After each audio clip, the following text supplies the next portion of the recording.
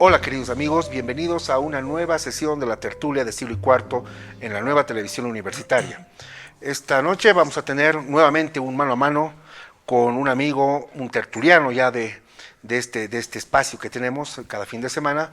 Me refiero nada más y nada menos que a mi querido amigo Jorge Abastoflor, autor de una tesis titulada Las 13 guerras, 13, no 3, 13 guerras que peleó Bolivia, y recalco 13 porque generalmente en los colegios nos enseñan que solamente Bolivia participó en 3 guerras internacionales.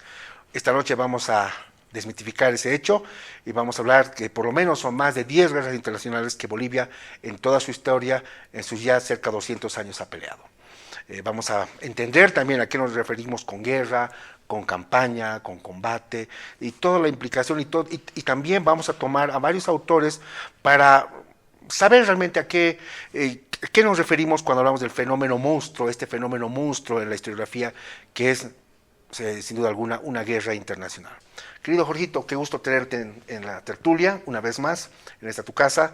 Y bueno, empecemos pues para que nuestros queridos amigos tras las pantallas sepan qué es lo que te ha motivado a estudiar esto de las 13 guerras y justamente a tirar uno por uno, muchos de los hechos históricos que, bueno, ya lo hemos ido desmenuzando ya hace mucho tiempo, errores tremendos en la educación, tanto en colegios, escuelas, inclusive en universidades, sobre la historia boliviana, y bueno, que hasta lamentablemente siglo XXI vemos todavía estas fallas en el sector primario y en los colegios inclusive.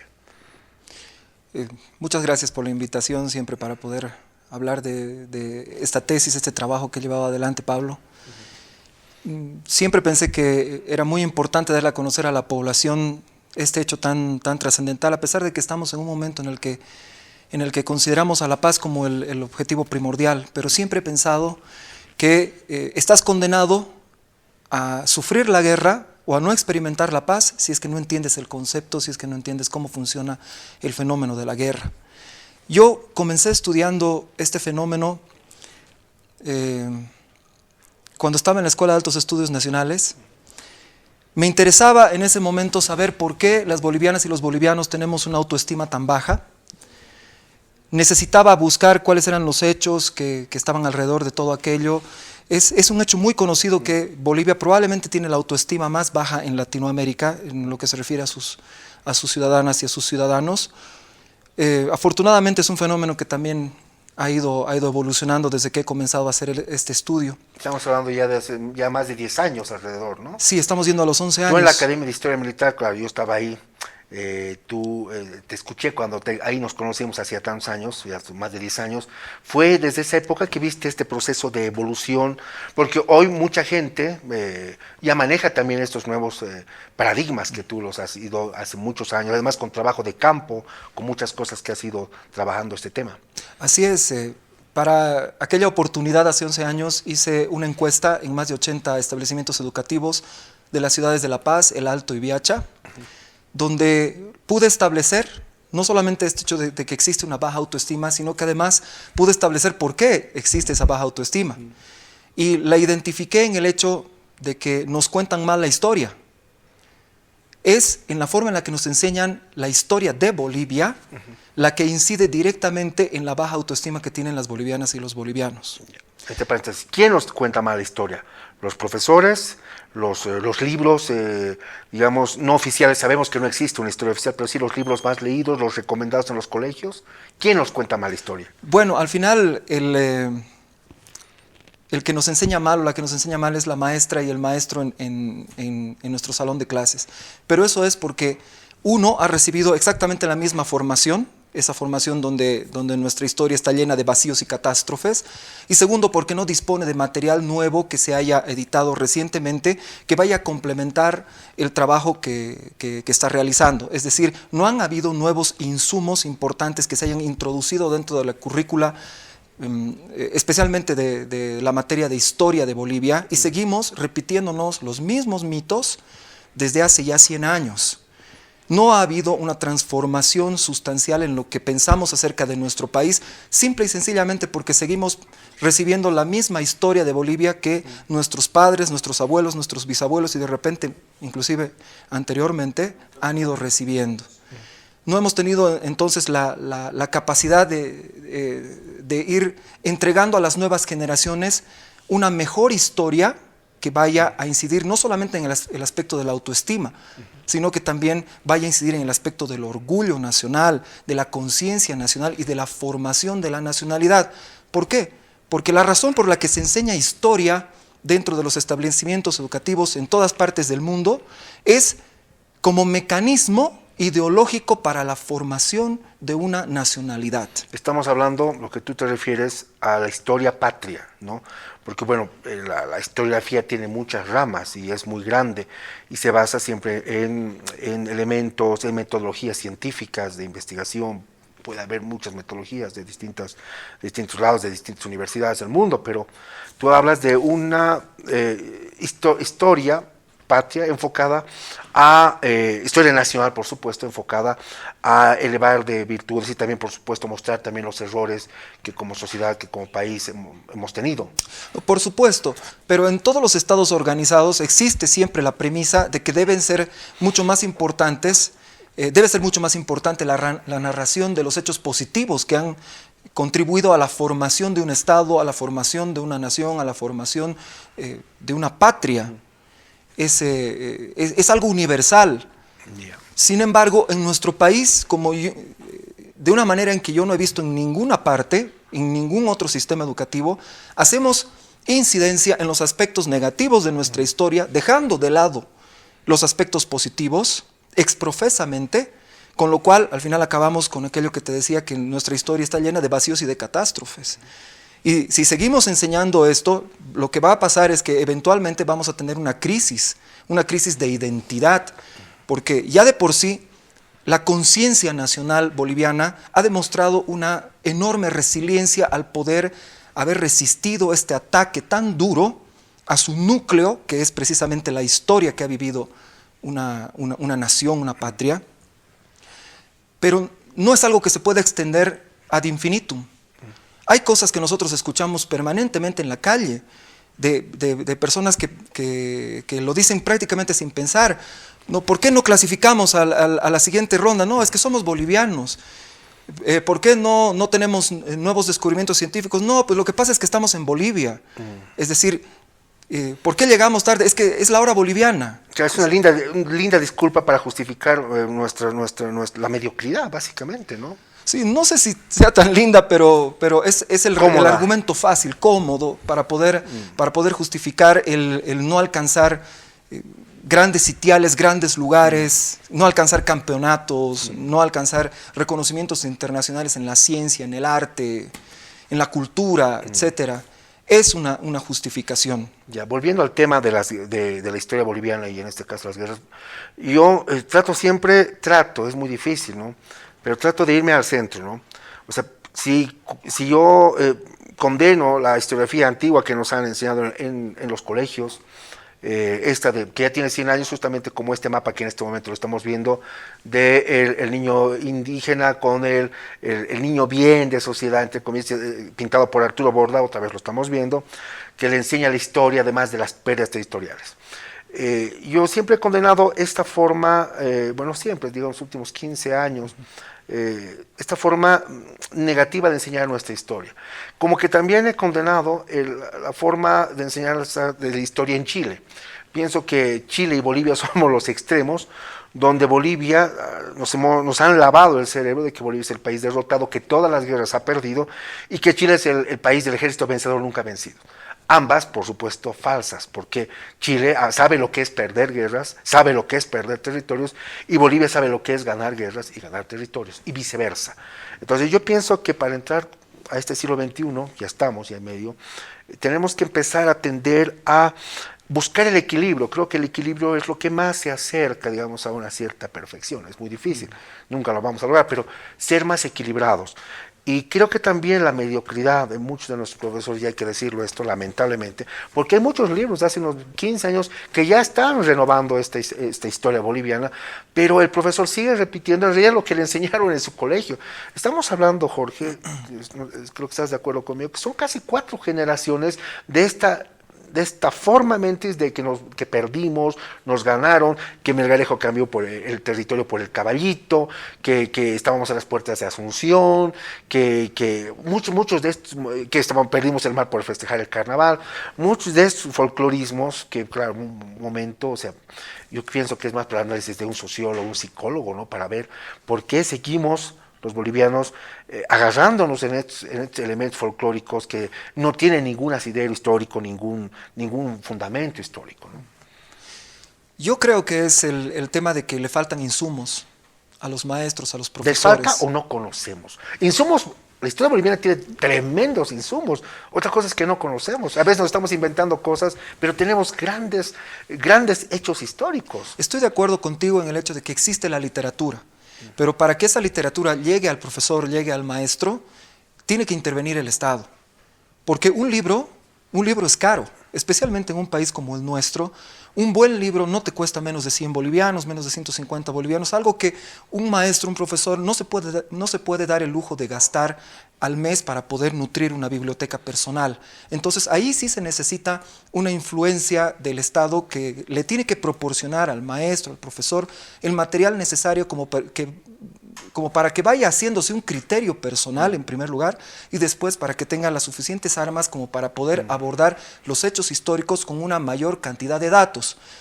La ausencia de datos es lo que provoca precisamente el hecho de que el profesor se pase media hora hablando de que perdimos la guerra del Pacífico por festejar el carnaval, en lugar de incidir en cuáles fueron las distintas etapas en las que se desenvolvió el conflicto, cuáles fueron los héroes, quiénes fueron las personas que marcaron de alguna forma el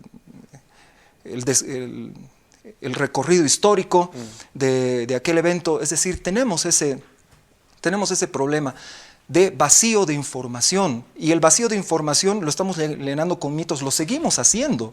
O inventando nosotros, que Sí. últimamente los estamos Seguimos viviendo. llenando. Eso no entiendo. Bolivia tiene una historia tan rica, militarmente, solamente para no tocar de otros temas. Tiene una historia militar tan rica, con fracasos, pero también grandes aciertos, grandes victorias. ¿Y por qué ese afán de crear nuevas cosas, crear nuevos mitos, y que además no están respaldados por elementos científicos? La historiografía, tú sabes, se basa en documentación, archivos. Además, obviamente, la documentación de ahora tiene que ser documentación comprobada, porque también hay muchos archivos que tienen documentación falsa, ¿no? Entonces, documentación científica comprobada, estudios que hoy, por ejemplo, en la Universidad Complutense se hacen, ¿no? Entonces, del tema del papel, de ver también la seriedad del documento. Entonces, ¿por qué de repente, yo te digo, me aterro cuando escucho, apareció un documento, ha aparecido el diario de tal, no, yo ya tiemblo, porque en realidad no pueden pues aparecer cosas de repente, podría alguna cosa extraordinariamente, ¿no? Entonces, y dice otra cosa que para que no dé a malas interpretaciones, tú dices que el Estado debería hacerse cargo de esto. Pero cuando hablamos del Estado estamos hablando en insumos, en hechos históricos, fácticos, objetivos, no en interpretaciones.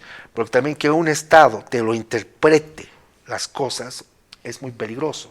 Y por eso yo siempre voy a ser enemigo de la historia oficial. Porque la historia oficial es la que le enseñan, la que le obligan al escritor a escribirla, al historiador y al pueblo a leerla. Entonces, y esa historia generalmente es la antihistoria.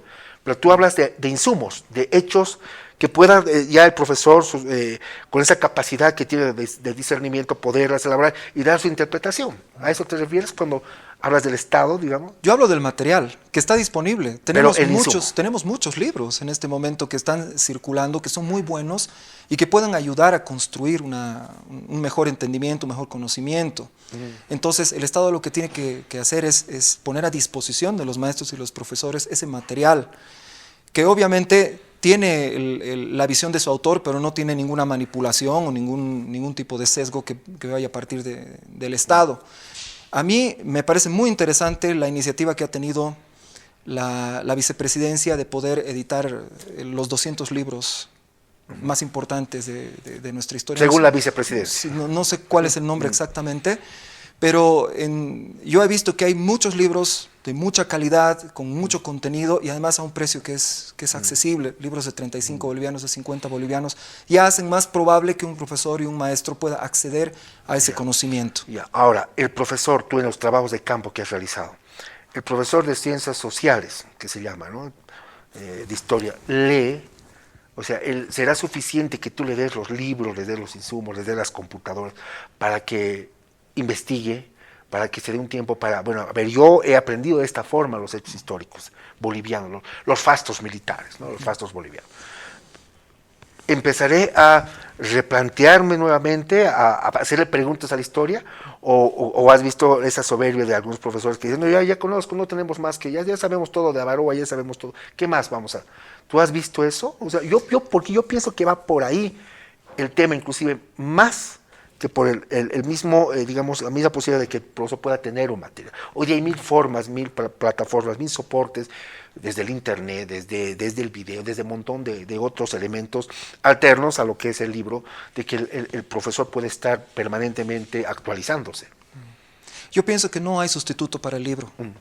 Por muchas razones. Por supuesto. De hecho, el manejo de plataformas digitales requiere un conocimiento que no es accesible todavía. Nos falta mucho por desarrollar en este tema de conocimiento de herramientas digitales. En cambio, el libro le permite a uno volver al mismo lugar donde se ha quedado, poner la marca, de repente escribir, aunque hay gente que piensa que es muy malo eso, yo no lo veo así.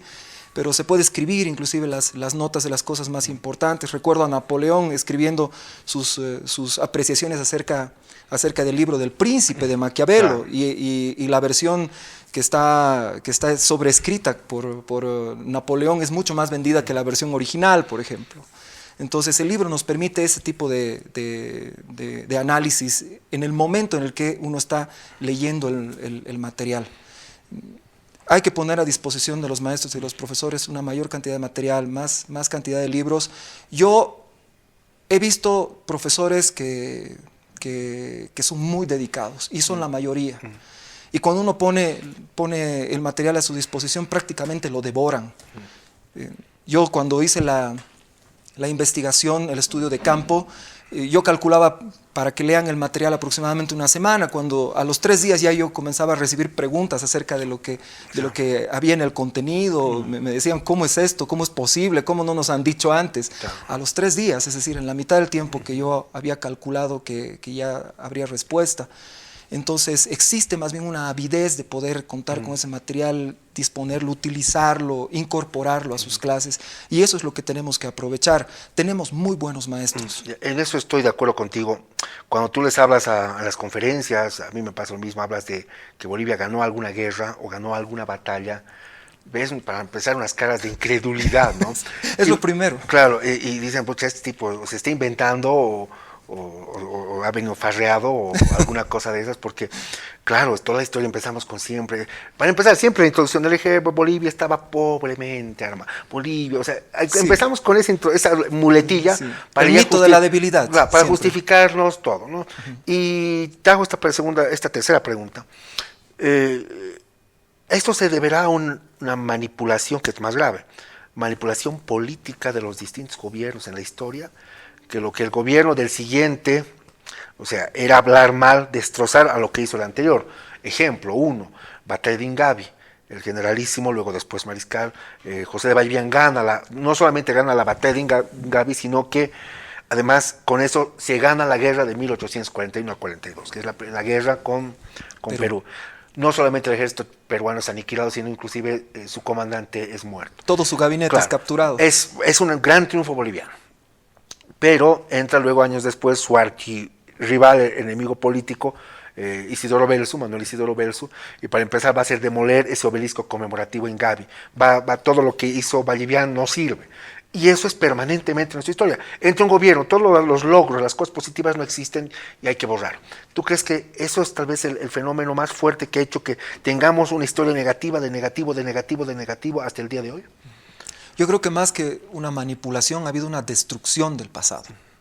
De frente, directo. Se han sustraído eventos de nuestra historia tremendamente importantes para nuestra formación. No solamente estoy hablando de hechos bélicos, sino estoy hablando de décadas completas que desaparecen de nuestros libros de historia por arte de magia, y eso sucede en plazos menores a 10 años.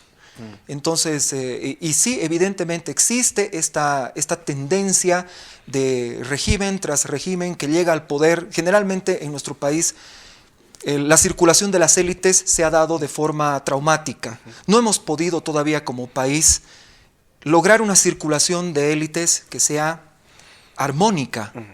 Y este conflicto que se da en el momento en el que se produce la circulación de las élites hace que todo lo que se ha hecho en el periodo anterior sea borrado de los libros de historia, ninguneado, tergiversado, inclusive negado. Y de esa forma es como nos hemos quedado con libros de historia que tienen 300 páginas. Recién hemos comenzado a producir materiales de historia que se ofrecen en volúmenes, algo que países que tienen menos tiempo de existencia que el nuestro ya cuentan hace mucho tiempo. Quiero recordar el enorme trabajo, por ejemplo, que ha hecho la carrera de historia de la Universidad Mayor de San Andrés, que ha sacado en 7 volúmenes la historia de Bolivia.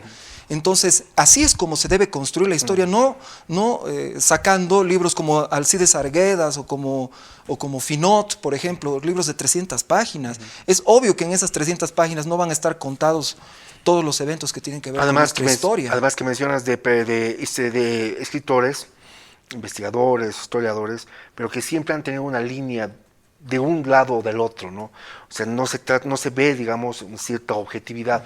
Sobre todo en la historia, digamos, antes de los 60, de 1960. Tienen una línea, tienen la otra. En la Guerra del Pacífico hemos visto eso determinantemente fuerte y dramático, ¿no? Que unos o son tremendamente racistas, apoyan a Daza, justifican a Daza, los otros son enemigos de Campero, ¿no? Entonces, y hasta el día de hoy se ve eso, el traidor, el patriota, el bueno, el malo, y cayendo nuevamente en esa forma tan infantil, maniquea, de ver nuestra historia, que por supuesto, y vuelvo a decir una vez más, que ha sido hecho por hombres, como tú dices, bolivianas y bolivianos, con luces y sombras, y que esos elementos también han generado hechos históricos con luces y sombras, para bien o para mal. Por supuesto, son seres humanos. Y un ser humano, especialmente alguien que ha tenido la oportunidad de gobernar, de regir un Estado, así como ha podido tener grandes luces, va a tener obviamente grandes sombras. No es algo ordinario estar a la cabeza de un Estado. Y eso vale para las personas aún no hayan sido presidentes o presidentas, para personas que se han encargado de alguna manera de nuestras relaciones internacionales, de nuestra economía, de nuestra sociedad, vale para esas personas. Siempre debemos entrar al análisis histórico despojándonos de esta idea de que este es el bueno y este es el malo. Y eso es lo más difícil que puede hacer un historiador, especialmente en Bolivia. ¿Por qué? Porque nos han entregado un molde de hacer la historia en el cual tenemos que escoger bando desde el principio. Y tienes que acusar al uno o tienes que demostrar al otro o tratar inclusive de resolver crímenes cuando es imposible de ser resueltos, como el caso del presidente Bush, que lo hemos visto hace poco en otra tertulia, ¿no? Entonces, claro, tienes tú además, para mí ha sido, lo han matado, sí, o ha sido, no nos vamos a desviar del tema, querido Jorge, vámonos directamente a enumerar, como está en el nombre del programa, tú has manifestado que son 13 guerras internacionales las que ha peleado Bolivia. Las más las ha perdido, otras las ha ganado, y otras tú manifiestas que no se ha dilucidado una especie, estaríamos hablando de un empate. Empezaremos primeramente, me gustaría que hagas un resumen así violento, pero numerando guerra por guerra desde que Bolivia existe. Por supuesto. O tendríamos que irnos antes, más a la guerra de independencia. No, en realidad, ese es un punto de vista. Bolivia ha participado en 13 conflictos internacionales. Ha salido victorioso individualmente o en alianza en 8 oportunidades. Ha perdido en 3 y ha empatado en 2. Ese es el análisis a grosso modo. Sumados dan 13. Sumados dan 13. Empecemos, Jorge, por la primera. La primera es la guerra de independencia. En todos los países del mundo que se han hecho libres mediante una guerra de independencia, esa es su primera guerra. excepto en el nuestro. ¿Pero por qué? Porque existe la tendencia a pensar de que fue el ejército colombiano libertador a la cabeza de Antonio José de Sucre el que nos dio la libertad en Ayacucho, cuando aquí en Bolivia, en realidad, en lo que va a ser territorio boliviano, seguimos peleando un año más después de la victoria de Ayacucho. Y no se menciona las guerras de guerrillas, que es fundamental para entender este proceso de lo que es Bolivia después. Por supuesto. José Luis Roca lo dice. Y si no rescatamos esto, tampoco podríamos rescatar el último evento. La guerra de guerrillas es fundamental para entender la guerra de independencia, y el último evento que yo destaco es la guerra de guerrillas de Ñancahuazú. Si niegas a una, niegas a la otra automáticamente. Ya, bueno, eso lo vamos a ver después. La primera es la guerra de independencia. Segunda. La segunda es la guerra Gran Colombo peruana. Ahora, muy desconocida. ¿Qué tiene que ver Bolivia con aquello? Es la primera invasión que hizo Gamarra a territorio boliviano el año de 1828, que son casi 15 años antes de Ingavi. Simón Bolívar declaró que la invasión de Gamarra a territorio boliviano era el casus belli para que se desate la guerra Gran Colombo peruana. Lastimosamente, a pesar de que la guerra Gran Colombo peruana al final resulta favoreciendo a la Gran Colombia, para nosotros es una derrota. ¿Por qué? Porque al final se cumplen todas las estipulaciones del vencedor, que en este caso es el ejército peruano. Ya, es la segunda guerra. Es la segunda. Después del corte, volvemos con la tercera. Ok. La tercera, la invasión de Brasil a Chiquitos, que es también un fenómeno tremendamente desconocido en nuestro país. Y tiene una historia maravillosa además, sí. ¿no? La invasión, de hecho, ya ocasiona estado de guerra, y nosotros tuvimos fuerzas brasileñas. ¿Qué año estamos hablando? 1825. Está el mariscal Sucre está de presidente. De presidente. Ya. Es la tercera. La cuarta... pero ¿cómo termina la guerra? Victoria boliviana. Sin esa guerra no hablaríamos de una chiquitanía boliviana.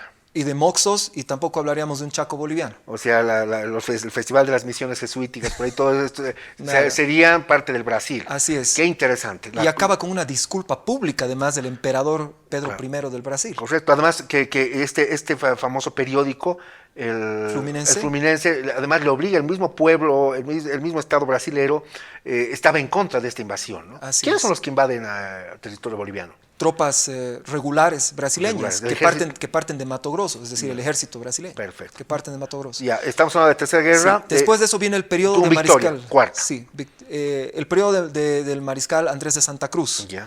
Que es un periodo en el cual existen 3 guerras, pero ninguna de las 3 se menciona en ningún libro de historia, sí. Solamente se mencionan las batallas. La primera guerra, que es la guerra de pacificación del Perú, que culmina con la erección de la Confederación Perú-Boliviana, victoria boliviana, sí, sobre 2 ejércitos peruanos. Claro, por supuesto. Uno de los eventos más memorables de nuestra historia. Sí. Durante la existencia de la Confederación Perú-Boliviana, la guerra contra la Argentina, donde Otto Felipe Brown se convierte en mariscal, exacto. Victoria sobre la Argentina. La tercera, en este periodo, es la guerra de restauración del Perú, que es cuando cae la Confederación Perú-Boliviana, pero donde hay un evento tremendamente importante, la primera campaña, de hecho, que es la campaña del sur, la campaña de Arequipa, donde el mariscal Andrés de Santa Cruz hace rendir a un ejército chileno sin combatir. Sí. Y Sun Tzu, en el arte de la guerra, nos dice que el mejor general no es aquel que pelea 100 batallas y gana las 100. El mejor general es aquel que gana la guerra sin combatir. Claro. Y eso es lo que pasa con y esto es un evento totalmente desconocido en nuestra historia. Ahí ya hemos llegado a la mitad, ya son 6 hasta ese momento. 6. Cae el mariscal Andrés de Santa Cruz y luego llega a la presidencia un poco después el mariscal Vallivian, que se va a convertir en mariscal precisamente en la guerra entre Perú y Bolivia entre 1841 y 1842. Que esa sí es lo que un poco sí se conoce, pero simplemente toda esta guerra, porque ni siquiera es una campaña, es una guerra. Es una guerra. Tipo, tiene campañas y tiene batallas. Sí. Se ha minimizado todo con la batallita de Ingavi, pero es. Que no es así, simplemente la batalla de Ingavi va a culminar una parte, porque luego el ejército boliviano se vuelve un ejército de ocupación. Refréscanos un poco, querido Jorge. Así es. A mí me gusta mucho rescatar lo que ha pasado con Ingavi, porque es el ejemplo perfecto de lo que digo. En nuestros libros de historia hay ciertos vistazos de lo que fueron estas guerras, pero a los que se les ha quitado el nombre de guerra y se los ha reducido a 1, a 2 o de repente a 3 batallas. Ingavi es el caso perfecto. ¿Tú donde estás de se puede ver acuerdo eso. en ese eslogan? Porque hubieron otras batallas, la de Huarina, la de Tiquina, la de Mecapaca, aquí cerca En el cerca de La cementerio Paz. hubo otro combate famoso, Sí, ¿no? muchos combates en Tacna, muchos combates que se realizaron en Moquegua. Y es una guerra muy rica que dura más que la participación boliviana en la Guerra del Pacífico, pero que sin embargo no aparece en los libros de historia. Es importante mencionar que esta guerra del 41-42, habrá que en el futuro buscarle un nombre. La guerra de 1841-42 o la guerra con el Perú. Habrá que ver, tal vez en el futuro se puede encontrar registrando algunos argumentos para darle tal vez un nombre, ¿no? Sí. Esta guerra además tiene un... Lo mismo con la guerra contra Argentina, no tiene nombre, exacto. es guerra contra Argentina. Este hecho del 41-42 con Vallivian, además, tiene un elemento muy importante. Bolivia está armada, potenciada tecnológicamente para esos estándares de ese momento, que también es importante, que rompe eso de que Bolivia no estaba siempre pobre. No, Bolivia tiene empieza de menos a más, o sea, llega a multiplicar su ejército ya cuando entra Moquegua, ¿no? Y antes, quiero hacer, antes de continuar las guerras, tú que manejas también el tema de mapas, que lo vamos a ver más adelante, el mapa antes de Ingavi o del 41-42 y después, ¿qué logros tiene Bolivia? Siempre se ha dicho que Vallivian es lo que podríamos decir un invasor ineficiente, que al final no pudo incorporar Arica, que era el gran deseo del Estado boliviano en aquella época. Y los siguientes gobiernos le daban palo por eso. Y hasta ahora dicen, ¿no? Entró, pero no pidió nada a cambio, pero no ganamos nada con esta guerra. Claro, sí. En realidad, los mapas que nosotros observamos de aquella época van a tener a un Perú que acaba en el río Beni. Exactamente. Los mapas peruanos, los mapas internacionales que se reflejan en aquella época, que los vamos a mostrar. Lo estamos viendo en este momento. Muestran al Perú llegando hasta el río Beni. Es recién después de la batalla de Ingavi y de la finalización de la guerra, que al final el Tratado de Paz se firma en Puno, en territorio enemigo.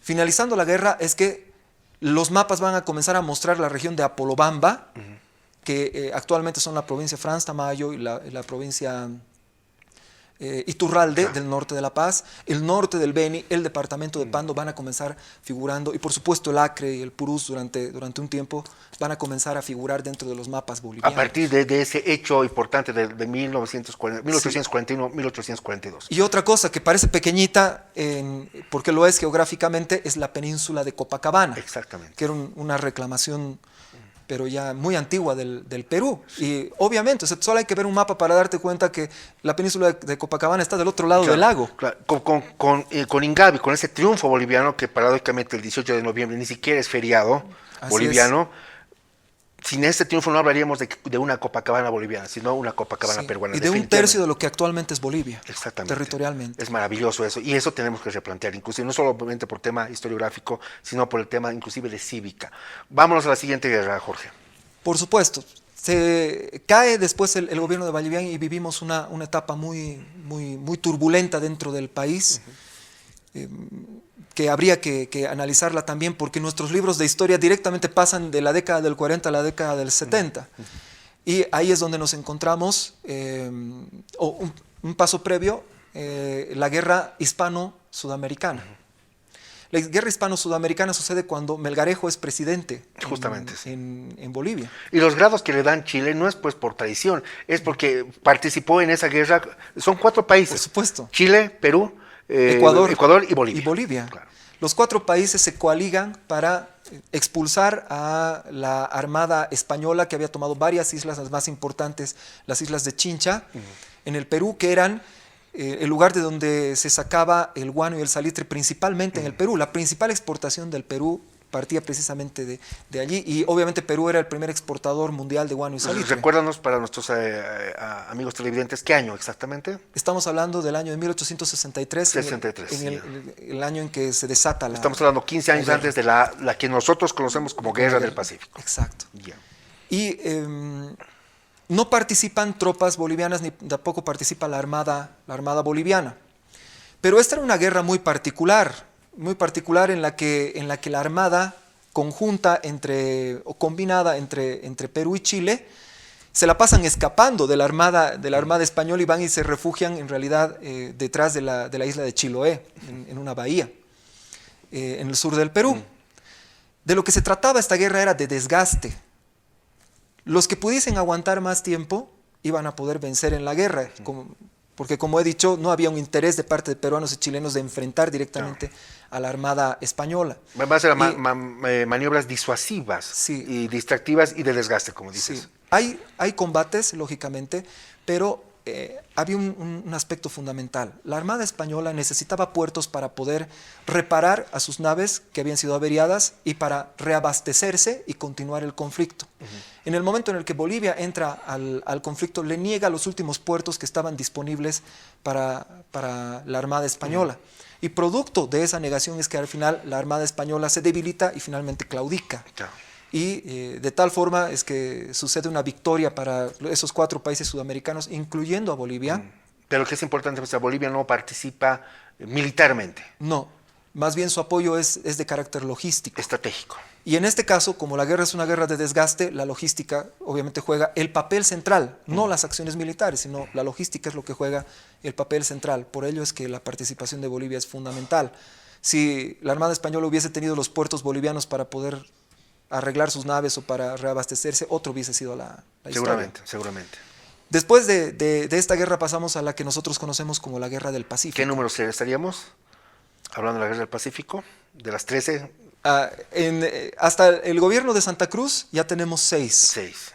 Después con la guerra contra el Perú, 7. 7.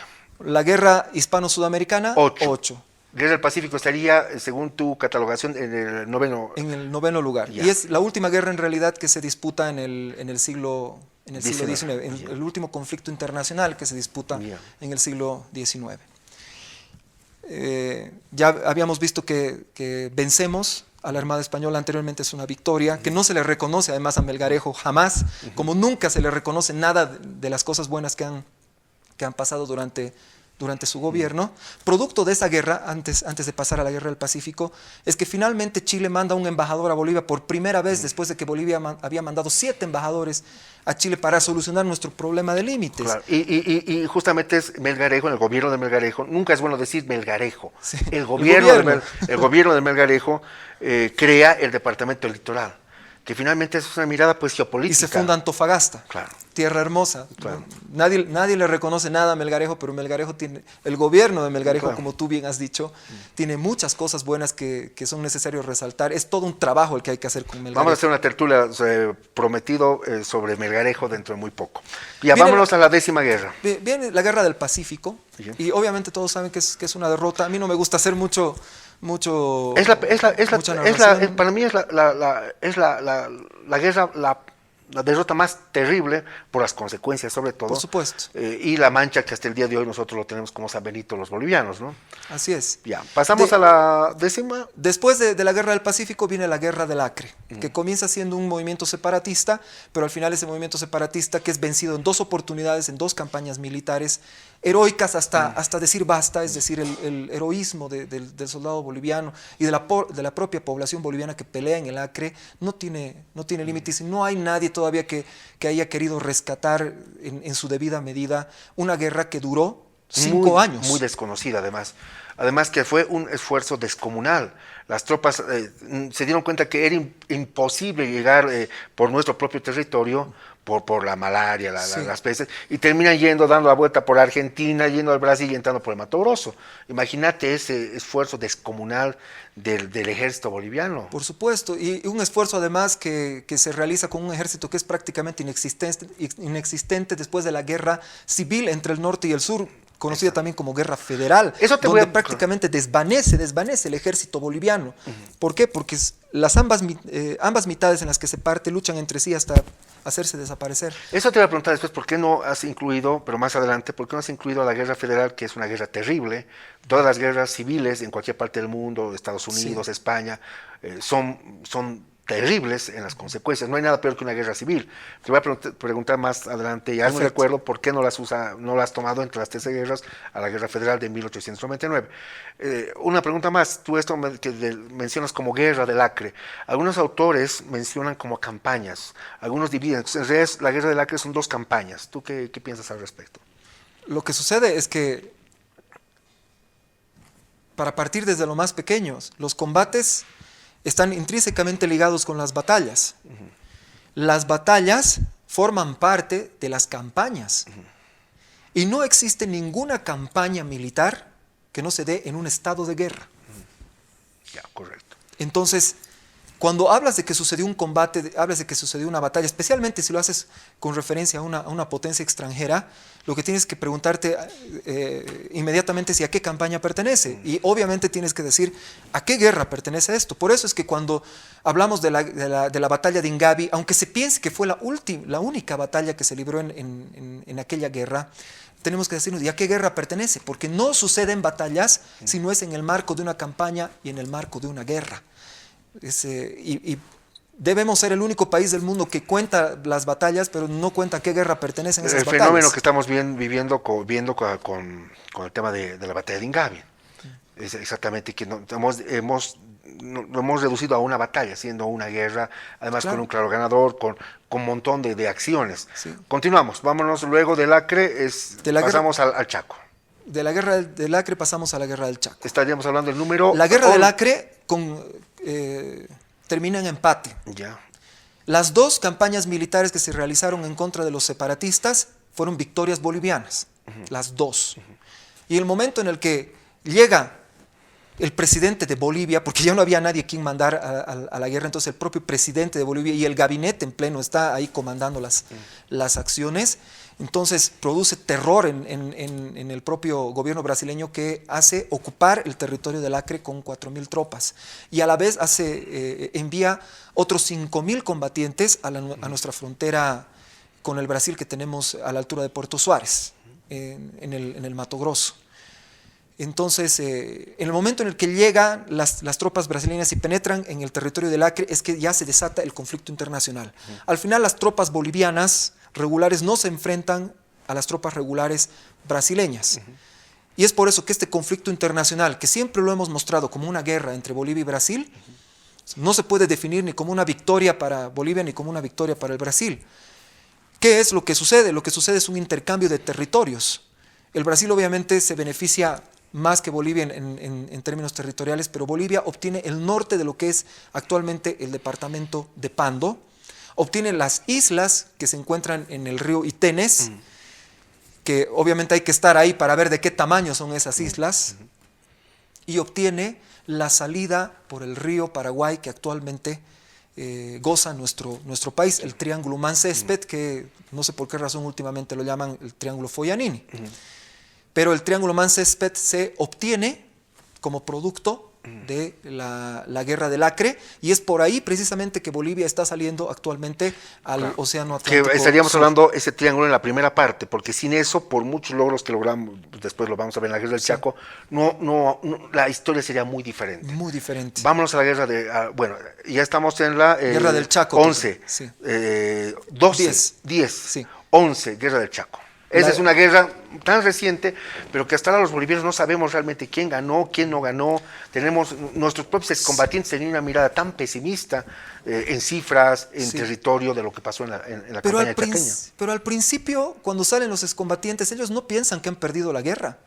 Es después que la forma en la que los tratan los distintos gobiernos y la forma en la que los trata la población, que va haciendo mella en esos excombatientes hasta hacerles creer que han perdido la guerra. La negociación al final de la guerra se hizo bajo una premisa fundamental, y es por eso que terminó en realidad la guerra con un armisticio. Y esa premisa era que no habían vencedores ni vencidos. Así fue como se reunieron paraguayos y bolivianos en la mesa de negociaciones, y así fue como se negoció posteriormente la paz. Entonces, hasta conceptualmente no hay una forma en que podamos definir a esta guerra como una derrota. ¿Y qué es lo que influye obviamente en esta manía que tenemos de sentirnos derrotados?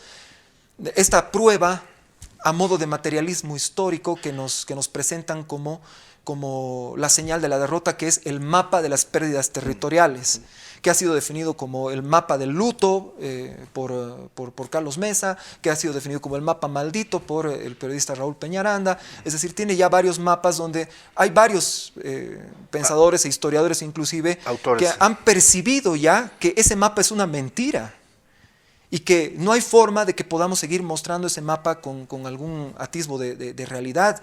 ¿Por qué? Porque lo único que hace es herir nuestros sentimientos, y es por eso precisamente que uno cuando ve el hueco del Chaco boreal, uno dice, perdimos la guerra. Claro, pero porque nos vendieron ese discurso de que era nuestro para empezar a los excombatientes. Y es lógico también, en su momento era lógico, tenías que decirle a un soldado boliviano, al boliviano, nos están quitando este territorio, vamos a ir a luchar para que no nos quiten. Pero en el fondo no era así, era un territorio que no era ni de Bolivia. Bolivia tenía sus documentos que apoyaban, y el Paraguay también tenía sus documentos, y estábamos en décadas con este tema de esta pelea, digamos, diplomática, pero que obviamente no dio ningún resultado. Además, una situación que es normal en prácticamente todos los estados, solamente con el tiempo se van corrigiendo estos temas de fronteras. El Estado español no demostró gran interés en poder hacer una división exacta de todas sus posesiones. Eso es lo que al final nos llevó a tener tantos conflictos internacionales, no solamente a Bolivia, sino a todos los países sudamericanos. Pero es algo normal dentro de los estados. Hay que recordar que Bolivia actualmente tiene severos problemas de límites en sus municipios, entre departamentos. El problema que tenemos entre el Beni y Cochabamba, que ya es más que secular, es terrible, y hasta ahora no tiene una solución final. Ya era un tema que se está dando, me preocupa mucho, el tema Santa Cruz, Chuquisaca, también, que recién hace poco hemos visto, digamos, pronunciamientos de uno y de otro lado, ¿no? Por supuesto, o sea, tenemos esos problemas, entonces no hay por qué desgarrarse las vestiduras ni echarle la culpa tampoco a un Estado como el español, que era inmenso y que no pudo al final llegar a hacer una división exacta de todas sus posesiones. Pero al final, a mí me gusta mucho ver la última etapa de la Guerra del Chaco, que es donde se encuentra la batalla, o la campaña en realidad, de Villamontes, donde hay muchas batallas muy favorables al ejército boliviano, y donde al final, para cualquier observador que no tenga ni siquiera formación militar o formación política o formación en el derecho, va a ver cómo las dos partes son tremendamente desiguales. Hay 60.000 tropas bolivianas en pie de guerra, hay 20.000 tropas paraguayas en pie de guerra. Además, Bolivia tiene armamento novísimo que acaba de llegar a sus manos. El Paraguay está analizando inclusive sacarle las torretas a sus cañoneras para poderlas llevar al Chaco y seguir peleando. O sea, el peso que tienen ambos países... Para el 35 ya es muy diferente. Y era, desde mi punto de vista, y creo que muchos coinciden con aquello, que era cuestión de tiempo para que al final el Paraguay llegue a claudicar. Y había un temor de parte de Brasil, especialmente de la Argentina, que fue su aliado. Y hay que decirlo con todas sus letras, fue un aliado permanente del Paraguay durante toda la guerra. Fue un aliado permanente hasta el 37, 38, porque el 38, cuando se firma, ya está, se da la vuelta. Y Argentina apoya ya no al Paraguay, eso también hay que decirlo. Argentina apoya a Bolivia y le obliga al Paraguay a que de una vez firme la paz del Chaco. Hay una cosa que yo quiero mencionar a Sun Tzu y su arte de la guerra. En el sentido en que en la Guerra del Chaco vemos una serie de batallas, cruentas batallas, que en la gran mayoría son victorias paraguayas. Eso es innegable. Bolivia ha tenido la gran victoria de Cañada Stronger, y después terminamos con Villamontes, ¿no? O sea, esos dos hechos. Pero Paraguay tiene una serie de batallas que va ganando. La muestra nomás, estamos hablando de 2.500 prisioneros paraguayos con cerca de 20.000 o más de 20.000 prisioneros bolivianos. Eso te muestra lo que fue. Pero quiero agarrarme de Sun Tzu en su arte de la guerra, cuando dice: lo importante no es ganar una serie de batallas en una campaña. Lo importante es ganar la última batalla.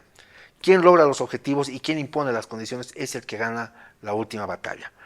Quiero aventurarme un poco, Jorge, a pensar que Villamontes fue para nosotros eso. O sea, Villamontes es el momento en que Bolivia ya puede manejar las cosas. Bolivia decide dónde y cuándo se puede pelear, si quiere volver a hacer una nueva batalla, o no pelear, o retirarse. Con esto también demostrando que Bolivia nunca tuvo ninguna intención de llegar a Asunción. Otro mito, como el caballito de Melgarejo. Bolivia estaba en las puertas de Asunción. Nunca estaba en las puertas de Asunción, y Bolivia no tenía la más mínima intención de llegar, de entrar a Asunción. El objetivo de Bolivia era otro. Es muy difícil evaluar las guerras ¿Por qué? Porque dejan sentimientos muy profundos marcados en las sociedades. Y estos hechos que tú mencionas son reales. El Paraguay capturó 20.000 prisioneros bolivianos. Bolivia tuvo 2.000 prisioneros paraguayos. Creo que estoy exagerando. En realidad son 15.000 prisioneros los que toman los paraguayos bolivianos y son 1.500 los que toma Bolivia del Paraguay. Esas son tus fuentes. Ya. Entonces, sí, hay que revisar mucho este tema. Pero en realidad hay muchos otros factores que influyen en si vas a decir que fue una victoria o una derrota. Se me viene a la mente en este momento una conversación que tuvieron el embajador vietnamita y el embajador norteamericano cuando se reunieron en París para ponerle fin a la guerra de Vietnam. Y el embajador norteamericano muy prepotente le dice, pero nosotros hemos ganado todas las batallas. Y el embajador vietnamita le dice, sí, pero nosotros ganamos la guerra. Exactamente. Sun Tzu. Entonces, de eso se trata. O sea, al final es como tú dijiste, quién logra los objetivos y quién no. Impone las condiciones. Ahora, este tema, por ejemplo, los fallecidos, ya se está revisando esto, ya sabemos que no son 50.000 muertos. Y que cada vida que se pierde es un universo, pero hay mucha diferencia entre decir que fueron 50.000 muertos y 32.000 muertos, que es lo que ahora ya actualmente está confirmado. Y hasta ahora no sabemos cuántos son los fallecidos paraguayos. Entonces, hay ese tema. Ya sabemos que Bolivia no movilizó 200.000 hombres, como dice Querejasu, mientras que Paraguay movió 150.000, sino sabemos que ambos movieron alrededor de 140 o 150.000 hombres, más o menos la misma cantidad de hombres, pero seguimos repitiendo los mitos y los 50.000 muertos. Y las 50.000 cruces, y además que es una cosa de nunca acabar, porque se siguen dando conferencias, y hace poco un salvaje, escuché, 70.000 ya le puso, ¿no? Sí. Y más bien, eso es otra cosa que viene de los clichés. Siempre nuestros muertos son más, ¿no?, que los otros, y eso es parte. Bueno, ya tenemos poco tiempo, vámonos a la siguiente guerra, número 12. Después de la guerra del Chaco viene la Segunda Guerra Mundial. Ya que esa va a ser polémica, pero da tus argumentos, Jorge. No hay en realidad mucho que discutir ahí. Bolivia declara la guerra. Bolivia está en estado de guerra con Alemania, con Japón y con Italia. Y declara la guerra además en 1942, cuando los aliados están perdiendo la guerra. O sea, Bolivia no es de los aliados de último minuto, como Argentina, como Chile, que declaran la guerra al eje, pero declaran la guerra en 1945, cuando ya se sabe cuál va a ser el desenlace. Bolivia declara la guerra cuando la alianza está en realidad perdiendo la guerra. Claro, cuando además estaba empezando pues todos los triunfos de Adolf Hitler. Entonces hay una diferencia cualitativa del momento en el que declara la guerra Bolivia al momento en el que declaran los demás. Ya. ¿Qué le significa a Bolivia? ¿Logra algo? O sea, bueno, Bolivia invierte mucho, gasta mucho en el tema de recursos naturales, eso es obvio. Otra vez es el tema de logística. Ahora, no sabemos lo que valía el estaño en la década del 40, pero en la década del 40 no se podía hacer industria y, por ejemplo, y por supuesto no se podía ir a la guerra sin el estaño, porque toda munición llevaba estaño, porque toda lata de conserva que se utilizaba en la guerra era hecha con estaño, pero sobre todo porque el estaño era la bisagra con la que podían funcionar dos metales o dos aleaciones diferentes sin desgastarse en ese momento. Entonces no se puede construir un tanque o un avión si no tienes estaño. Y la principal reserva de estaño que tenían los aliados en 1942 era Indochina, especialmente Malasia, donde, dicho sea de paso, Simón Patiño, boliviano, tenía sus principales minas de estaño. En la época Patiño tenía sus principales minas en Malasia, y Malasia en 1942 es capturada por los japoneses. Es parte del imperio del Japón. Entonces, ¿de qué otro lugar van a sacar estaño que no sea Bolivia y en menor medida, mucha menor medida, Brasil? Entonces, no es que la participación de Bolivia es gratuita, no es que la participación de Bolivia es pequeña o es simbólica, no. La participación de Bolivia es muy real. Y le va a costar caro también al Estado boliviano participar en esa guerra. No es militar, pero sí es de logística, como dices. Así es. Y esa puede estar muy discutible, tal vez vamos a tener un momento de hablarlo, porque también tenemos que ver según qué código, según qué terminologías según qué autores nos estamos basando. Por ejemplo, Según el derecho. Clausewitz, por ejemplo, te daría, yo pienso, la razón. Hans von Clausewitz, el gran autor de un manual que se llama o sea, sobre la guerra misma, sí. De las épocas napoleónicas, él dice, la guerra no solo se circunscribe al hecho armado como tal, sino al que un Estado logre los mejores resultados en las negociaciones y juegos geoestratégicos. Sí. No necesariamente tienes que disparar, y va muy de acuerdo con lo que dice Sun Tzu en su Arte de la Guerra. Sí. La tercera guerra, con esa terminamos.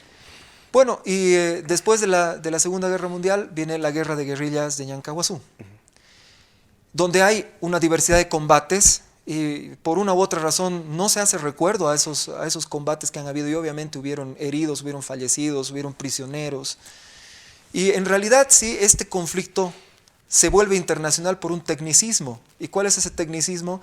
Que el Che Guevara al final es incapaz de ceder el mando político de la guerra, como así se lo había pedido el Partido Comunista de Bolivia. El Partido Comunista le dijo, tú puedes continuar siendo el comandante militar, pero el mando político lo tenemos que tener nosotros, y de esa manera te vamos a apoyar.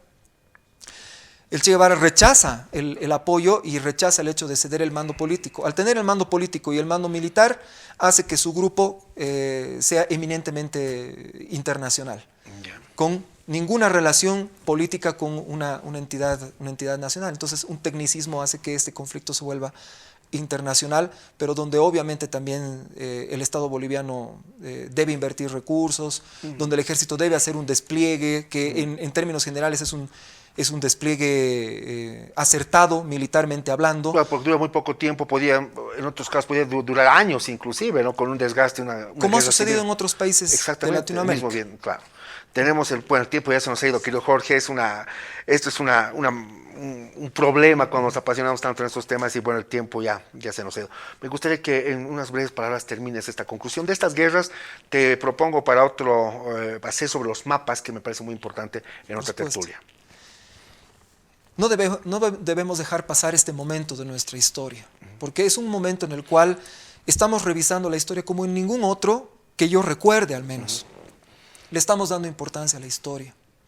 Y darle importancia a la historia es darle importancia a la forma en la que se ha construido nuestro Estado, nuestra sociedad, nuestra nación, nuestra patria. Y eso es algo a lo que no debemos darle la espalda nunca.